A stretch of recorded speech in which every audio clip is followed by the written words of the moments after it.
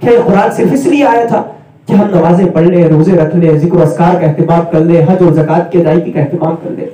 ہم نے تو بس اسی چیز کو دین سمجھ لیا ہے، اور ہم سمجھتے ہیں کہ بس قرآن کریم کے اندر یہی چند باتیں بیان ہوئی ہیں، اس کے علاوہ پورا جو دین کا دیگر حصہ ہے اس کو ہم نے ترک کر دیا ہے۔ رسول اللہ صلی اللہ علیہ وسلم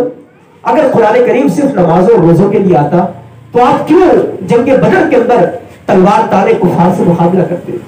اگر قرآن صرف نماز اور روزے کے لیے آتا تو نبی کریم صلی اللہ علیہ وسلم کیوں غزوہ احد کے اندر مقابلہ کرتے اور ایک گڑھے کے اندر آپ علیہ السلام گر پڑتے اور آپ کے دندان مبارک کو شہید کر دیے جاتے؟ اگر قرآن صرف اس لیے آتا کہ ہم ذکر و اذکار کا ہی اہتمام کرتے رہے، زکوٰۃ اور حج کا ہی اہتمام کریں، تو نبی کریم صلی اللہ علیہ وسلم کیوں طائف کے میدانوں کے اندر نکلے اور اپنے آپ کو آپ علیہ السلام نے لہو لہان کروایا، مشقتیں برداشت کی، تکالیف برداشت کی، ایک مہینے تک نبی کریم صلی اللہ علیہ وسلم کوئی لقمہ اپنے حلق سے آپ نے نہیں اتارا۔ یہ دین اس لیے نہیں آیا ہے کہ ہم صرف نمازوں اور روزوں کا اہتمام کریں، ہم پورا کا پورا اپنے آپ کو دین کے سپرد کر دیں، ادخلوا فی السلم کافہ، دین میں پورے کے پورے داخل ہو جائے۔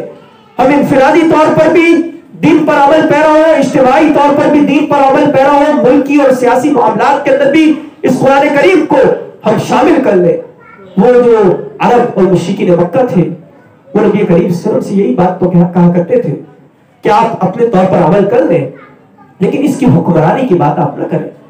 جب حکمرانی کی بات آتی تو وہ فوراً نبی کریم صلی اللہ علیہ وسلم کے راستے کے اندر رکاوٹیں پیدا کرنا شروع کر دیتے۔ نبی کریم صلی اللہ علیہ وسلم صلح حدیبیہ کے بعد جتنی بھی بڑی بڑی سپر پاور ریاستیں اس وقت موجود تھی، ایران کی بادشاہت تھی، یمن کی بادشاہت تھی، قیصر و کسریٰ، بڑے بڑے حکمران موجود تھے، جیسے آج سپر پاور امریکہ ہمارے درمیان ہے۔ نبی کریم صلی اللہ علیہ وسلم سب کو خطوط جاری کرتے ہیں اور اس کے اندر واضح طور پر تحریر کرتے ہیں کہ تم اسلام کے ماتحت آ جاؤ، اسلم تسلم، اسلام کے ماتحت آؤ گے تو تم محفوظ ہو جاؤ گے۔ ماتحت آنے کا ایک مطلب تو یہ بھی ہے کہ اسلام قبول کر لو، دوسرا مطلب یہ ہے کہ اسلام اگر قبول نہیں کرتے تو کم از کم اسلام کی حکمرانی کو تسلیم کر لو،